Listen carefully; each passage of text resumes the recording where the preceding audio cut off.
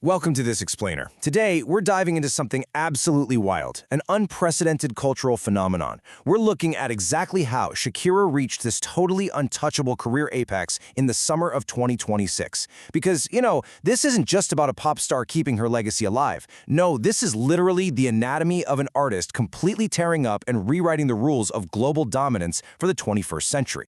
Okay, so to really get this, let's anchor this massive shift with that iconic 2023 Biza rap session. Remember that? It broke a mind-blowing 14 Guinness World Records, and it gave us that legendary lyric, "Women don't cry anymore, women make money." Well, that didn't just stay a catchy hook, right? It essentially became a global mantra. It kicked off what everyone started calling the Shakira Sans, and actually became the namesake of her massive 2026 world tour. And honestly, when she says women make money, she is not kidding around. She means it to the tune of $421.6 million. That staggering number is the ticket gross of her Las Mujeres Ya No Lloran tour as of early 2026. With that, she officially claimed the highest grossing tour ever by a Latin artist. To put that into perspective, she's not just filling arenas anymore. She is literally moving entire economies. Section 1. The Anthem of 2026 World Cup Final. So to really understand this peak, we've got to look squarely at her July 2026 World Cup anthem, Dai Dai. She basically engineered a sonic map of the entire world into just one single track. It's crazy. She deliberately layered 5 languages, English, Spanish, Italian, French, and Japanese, over global genres spanning from Afrobeats all the way to reggaeton. It's an incredibly ambitious mix that, honestly, probably gave her audio engineers a massive headache. But the result? Absolute perfection. And you can see how this sonic blend paid off commercially, literally overnight. We're talking absolute fast-paced dominance across the international charts, hitting #1 on the Billboard Global 200, topping charts everywhere from Argentina to Germany, and crowning itself the most streamed song in the entire world on Spotify. She didn't just write a song for the World Cup, folks. She wrote a track that conquered the planet's playlists all at exactly the same time. Section 2. Blending Global Sounds Afrofusion. Now, the specific collaboration on this anthem is a huge part of why it's so groundbreaking. By teaming up with Nigerian superstar Burna Boy, Shakira seamlessly bridged Latin pop and Afrobeats. Critics have been praising this Afrofusion for its super uplifting, motivational message for athletes and fans alike. And it shows us exactly why this matters. She's proving, without a doubt, that the future of pop is inherently collaborative and totally boundaryless. Even the title itself is this ultimate cross-cultural flex. So Dai Dai is actually Italian slang.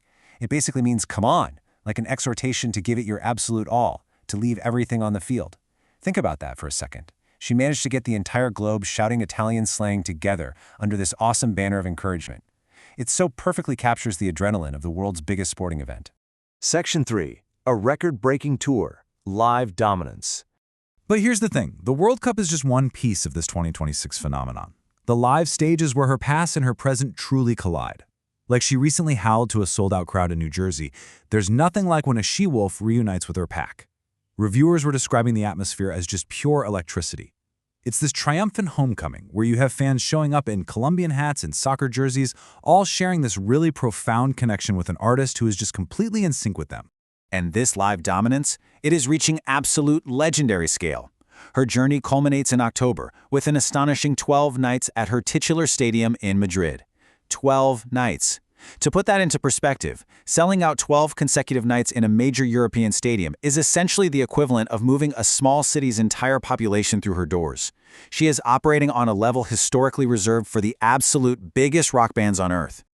But what really elevates the tour beyond just, mere spectacle is its emotional core. During her set, Shakira uses this profound quote from author Isabel Allende to frame her own recent struggles. Notice the evolution here. She's shifting from that solitary defiance of women make money to a beautiful message of deep solidarity. Together we are invincible. It resonates so powerfully, turning what could just be a pop concert into this massive global empowerment rally. Section 4. The She-Wolf's Evolution. Past meets present. Now, to truly grasp this 2026 apex, we really have to contrast where she is right now with where she started. On one hand, we have the 90s rock era, right? The barefoot teenager with a white guitar, singing about these raw, messy feelings and keeping girls company with emotional rock. Then you contrast that with the modern, CGI, silver-sequin pop icon who's breaking global streaming records and executing high-energy pop with bizarre rap. On paper, they might seem miles apart, but it is the exact same unstoppable artistic force. The true genius of the 2026 tour is how flawlessly she weaves all these distinct identities together. I mean, imagine seamlessly transitioning from a salsa jam session straight into high-speed belly dancing and then strapping on an electric guitar to belt out 90s rock anthems, literally all in a single set list. It just proves that she hasn't merely survived these different eras of music, she has completely mastered every single one of them. Section 5. A Global Cultural Legacy. Soundtrack of Soccer. All of these eras, all of these sonic experiments, they've culminated in her becoming the undisputed, reigning World Cup musician of the 21st century. Just think about the timeline of her legacy, from her 2006 performance to the totally inescapable Waka Waka in 2010, La La La in 2014, and of course, Dai Dai in 2026. Over 2 decades, she has literally become the soundtrack for global soccer.